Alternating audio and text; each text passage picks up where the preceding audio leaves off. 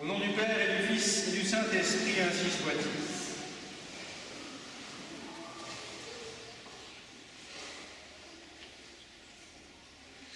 Eh bien, chers frères, les textes de la Septuagintime sont pour nous l'occasion de méditer plus avant sur la vertu de religion. La vertu de religion est une vertu annexe de la justice, car vous savez que la justice consiste à rendre à chacun ce qui lui est dû. Et la vertu de religion consiste, elle, d'une manière plus spécifique, à rendre à Dieu ce qui lui est dû, à savoir le culte et les honneurs. Religion vient du latin religare, qui signifie relier. Et en pratiquant cette vertu, nous sommes en lien avec la divinité. Encore faut-il préciser la nature de ce lien, les motivations de ce lien, et les textes de ce jour vont nous y aider. Depuis quelques décennies, mes bien chers frères, on a tellement mis l'accent sur les communautés locales, les petites églises paroissiales, qu'on laisse presque entendre que le salut est global, communautaire, alors qu'il n'en est rien. Et les textes de ce jour sont là pour nous le rappeler. Le salut est une affaire personnelle, chacun sauve son âme. Cependant, on insiste à ce point sur la nécessité de participer à une communauté, d'en être membre, que cet aspect des choses peut être gommé. Et c'est ainsi, vous pouvez le constater, cela va tellement loin qu'on donne aujourd'hui certains sacrements, toute la communauté étant réunie. On ne conçoit pas cette relation personnelle et que la communauté soit absente. C'est ainsi qu'on peut assister aujourd'hui, tous ne le font pas, grâce à Dieu, mais à des baptêmes au cours de la messe. Et tel, avec le roi lion, on présente l'enfant à l'approbation générale, le baptisé est ainsi présenté à l'accueil de la communauté qui applaudit presque son entrée. On fait la même chose pour le sacrement de pénitence. Il n'y a pas de sacrement plus personnel dans le rapport à Dieu que quand on va se confesser. Non, il faut mettre en place une dimension communautaire avec des cérémonies pénitentielles. Qu'on soit tous ensemble, réunis pour goûter la gravité de nos fautes, quitte à ce qu'après il y ait quelque absolution plus singulière. La communauté devient le lieu du salut. Cela n'est pas tout à fait faux. Je ne veux pas non plus dire que la communauté paroissiale n'a pas de raison d'être. Mais le salut demeure cependant une affaire personnelle. Et c'est ce que rappelle saint Paul dans l'épître de ce jour. Tous courent et prennent part à la course, mais un seul gagne le prix. Non pas que dans notre communauté, un seul gagnera le prix, mais chacun a à courir sa propre course pour remporter ce prix qui est le salut éternel. Et de la même façon, vous vous en rendez compte dans l'Évangile,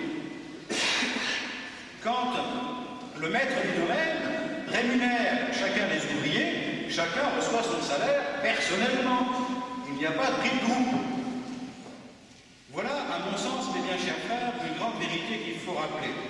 Le cardinal Ratzinger, avant qu'il ne soit élevé au souverain pontificat, avait grandement dénoncé les excès de la communauté qui prend le pas sur tout, voire même qui éclipse la dimension ecclésiale, confisquant la liturgie, s'appropriant le rite. Il y a, à mon sens, de véritables excès en ce domaine dont il faut prendre conscience. Pour mémoire, je vous livre ces citations, l'une tirée de son ouvrage « Un chant doux pour le Seigneur » et les autres tirées de la réforme liturgique en question. Dans ces ouvrages, le cardinal Ratzinger développait l'idée suivante. Il s'agit bien plutôt, je le cite, pour les participants de s'assurer de leur communauté mutuelle et de sortir ainsi de leur isolement dans lequel l'existence moderne enferme l'individu. Il s'agit de nourrir des sentiments de libération, de joie, de réconciliation, de dénoncer ce qui est nuisible et de donner des impulsions pour l'action. C'est pourquoi il revient à la communauté de créer elle-même sa liturgie et non de la recevoir de traditions devenues incompréhensibles. La communauté se représente et se célèbre elle-même. Il va plus loin lorsqu'il invite, je le cite, à ce que la liturgie soit à nouveau une activité communautaire de l'Église et qu'elle soit arrachée à l'arbitraire des curés et de leurs équipes liturgiques.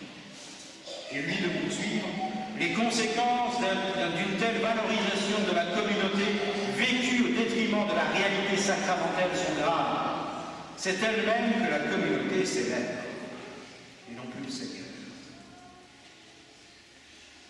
Si nous sommes d'accord, mes bien chers frères, avec ce constat de dénonciation de quelques excès contemporains, cependant, appliquons-nous à nous-mêmes ces considérations.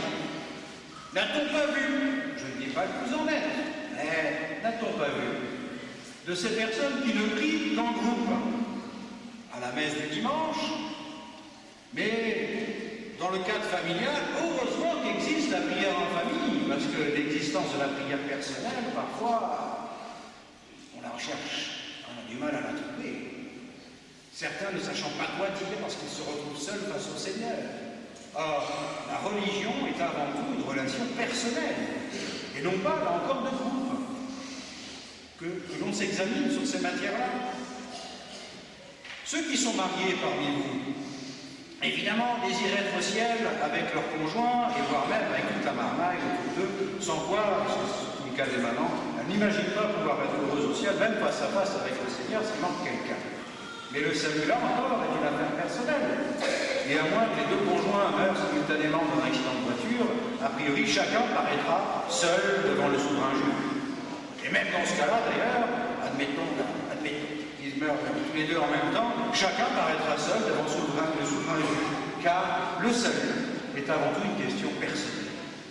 Tous prennent part à la course, mais un seul, et Saint Paul, remporte le prix. Voilà, me semble-t-il, une première considération que nous pouvons tirer des textes de la liturgie de ce jour. Les textes, par ailleurs, nous invite à prendre en considération les motivations de l'exercice de cette vertu de religion et pourquoi pas à purifier nos intentions. La façon dont saint Paul présente les choses peut en effet prêter à confusion. Cette histoire de la course à laquelle chacun participe pour remporter le prix, il nous invite d'ailleurs à faire comme les coureurs du stade, tous les athlètes capables de s'imposer une ascèse de vie, des régimes extraordinaires. Pourquoi pas nous, pour une couronne impérissable, le ciel. Saint Paul a fortement raison de nous exhorter à en faire autant que ceux qui courent et qui se battent et qui luttent pour des couronnes périssables. Cependant, mes bien chers frères, pourrait se glisser dans nos esprits l'idée que nous pratiquons la religion catholique, nous exerçons le culte à rendre à Dieu, que nous dispensons du mal et que nous pratiquons le bien, pour être heureux plus tard. C'est bel et bien une motivation chez certains, quitte à morfler ici-bas, autant qu'on ait une récompense plus tard. Or, mes bien chers frères, n'y aurait-il pas là une recherche de nous-mêmes? L'Écriture dit le commencement de la sagesse, c'est la crainte du Seigneur.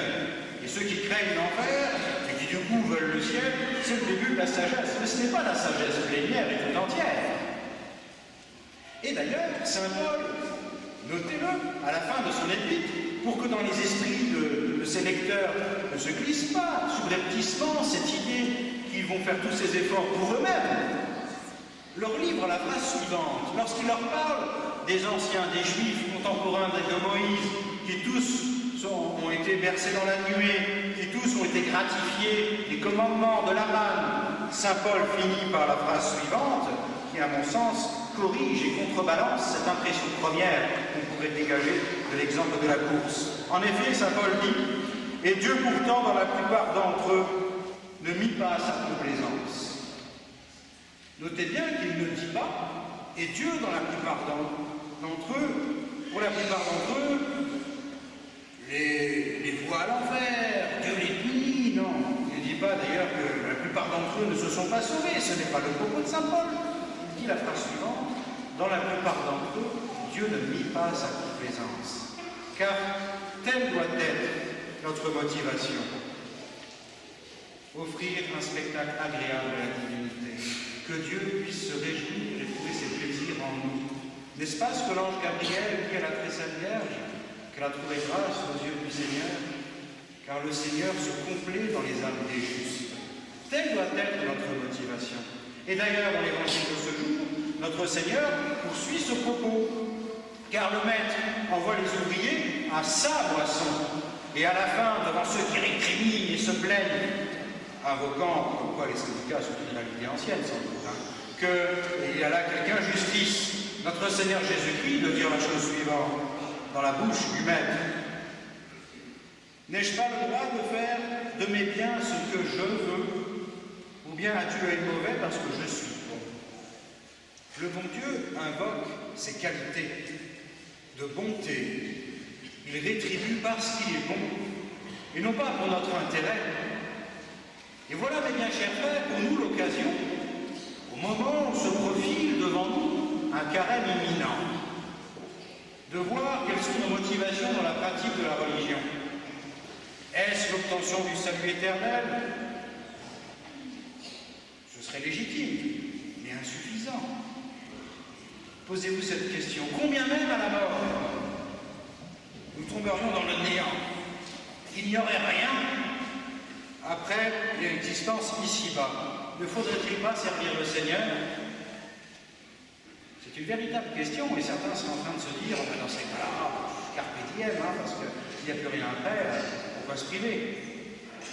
Nous ne sommes plus dans la véritable vertu de religion. Nous pratiquons les choses parce que Dieu le mérite, parce que telle est sa complaisance. Et voilà ce à quoi nous invite saint Paul, non seulement à prendre part à la course pour opérer son propre salut, mais à le faire pour Dieu seul.